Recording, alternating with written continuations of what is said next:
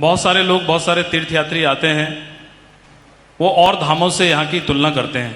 मैं जरूर आपको बताना चाहूँगा, चाहे वो हमारे जितने भी और धाम हैं, चाहे वो श्राइन बोर्ड माँ वैष्णो देवी का हो, चाहे तिरुपति बालाजी हो, चाहे महाकाल उज्जैन की बात करें या काशी विश्वनाथ की बात करें, और देश के जितने भी और धाम हैं, उन सब में ये 4 धाम बिल्कुल अलग हैं। इनकी तुलना मैं समझता हूँ कि किसी भी धाम से नहीं की जा सकती। यहाँ की व्यवस्थाएं, यहाँ पर किस प्रकार से जो भौगोलिक परिस्थितियाँ हैं, जो प्राकृतिक चुनौतियाँ हैं, उन सब से सामना करते हुए भी हमारी सरकार, हमारा प्रशासन, और बहुत अच्छी बात है कि इस मंच पर हमारे चीफ सेक्रेटरी साहब भी बैठे हैं। जब ये यात्रा प्रारंभ, उससे पूर्व मुख्यमंत्री जी यहाँ पर बैठे थे और उन्होंने भी कहा था कि हम लोग पहले जब यात्रा शुरू होती थी उसके बाद हम यात्रा की व्यवस्थाओं को लेकर काम करते थे, लेकिन आज जब यात्रा का समापन होता है उसके बाद ही जो है पूरी यात्रा की व्यवस्था कैसे चलेगी, तो ये एक बहुत बड़ी चुनौती है। जो नरसंग बॉर्डर से जो यात्रा यहाँ से शुरू होती है और उसको गंतव्य तक, वहाँ तक पहुँचाना, श्री बद्रीनाथ, केदारनाथ और यमुनोत्री, गंगोत्री, इस पर सारी प्रशासन, जिला प्रशासन,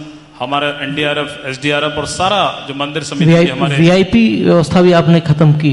जी, मैं उस विषय पर आ रहा हूं। मैं ये बताना जरूर चाह रहा था कि इसीलिए मैं ये बोल रहा था आज इस मंच के माध्यम से कि इसकी तुलना पहले बात तो किसी भी धामों से नहीं की जा सकती है, क्योंकि हर 6 महीने के बाद वहां पर दोबारा से हमको सारी व्यवस्थाओं को करना पड़ता है, सारी व्यवस्थाओं को बनाना पड़ता है। और जो तीर्थयात्री, मैंने कहा इन 2 महीनों के अंदर रिकॉर्ड तौर लगभग 26 लाख आदमी जो है कि तीर्थयात्री इस समय बद्रीनाथ और केदारनाथ के अंदर आया, और लगभग पूरे 4 धामों में 40 लाख लोगों ने दर्शन किए और 50 लाख लोगों ने इसका पंजीकरण किया। अभी यात्रा को सिर्फ चले हुए 2 माह हुए हैं।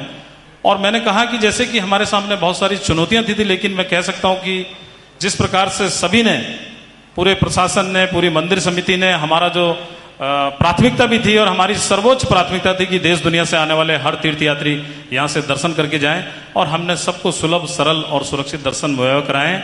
आज भी यात्रा चल रही है। धीरे धीरे मानसून सत्र आने के कारण जो है कि यात्रा में थोड़ा सा कमी आई है। और जहां तक वीआईपी दर्शन की बात थी, तो सबसे पहले हमारे प्रदेश की यशस्वी मुख्यमंत्री ने नजीर पेश की। उन्होंने जब पहले दिन कपाट खोलने के दिन जब वो धाम में आए थे, 1 से 1.5 मिनट के अंदर उन्होंने जो है कि दर्शन वहां से किए। और हमने इस बार प्रयास किया कि हम जो हमारा जो वीआईपी दर्शन के नाम पर आम तीर्थयात्रियों को जो समस्याएं होती थी, हमने उस वीआईपी दर्शन को बंद किया। जो मंदिर की आय से जुड़ा हुआ हमारी जो विशेष पूजाएं हैं, क्योंकि वहां पर जो भौगोलिक परिस्थिति है, वहां पर सभी को जो लंबे समय से तीर्थयात्री लाइन पर लगे रहते हैं, वो एक झलक पाने के लिए, एक दर्शन पाने के लिए 8-8, 10-10 घंटे लाइन पर लगते थे। उनको हमने जो 4 पूरे दर्शनों की व्यवस्था रखी। सारी जो हमारी पूजाएं, जो विशेष पूजाएं थी, उन पूजाओं को हमने कम किया कि मोमेंट तीर्थयात्रियों का बना रहे। और सभी तीर्थयात्रियों को मैंने कहा कि हमारी सर्वोच्च प्राथमिकता रही है। हमारी सरकार, हमारे मुख्यमंत्री जी, हमारी प्रशासनिक उस पर हमारे चीफ सेक्रेटरी, हमारे जिले के प्रशासन, सभी लगातार पूरी तीर्थयात्रियों को यहाँ पर जो हमारी प्राथमिकता है कि हम उनको सरल, सुलभ और सुरक्षित दर्शन में होगा। अगर आप ये वीडियो YouTube पर देख रहे हैं तो हमारे चैनल को सब्सक्राइब कर बेल आइकन दबाएं, और Facebook पर देख रहे हैं तो हमारे पेज को लाइक करें।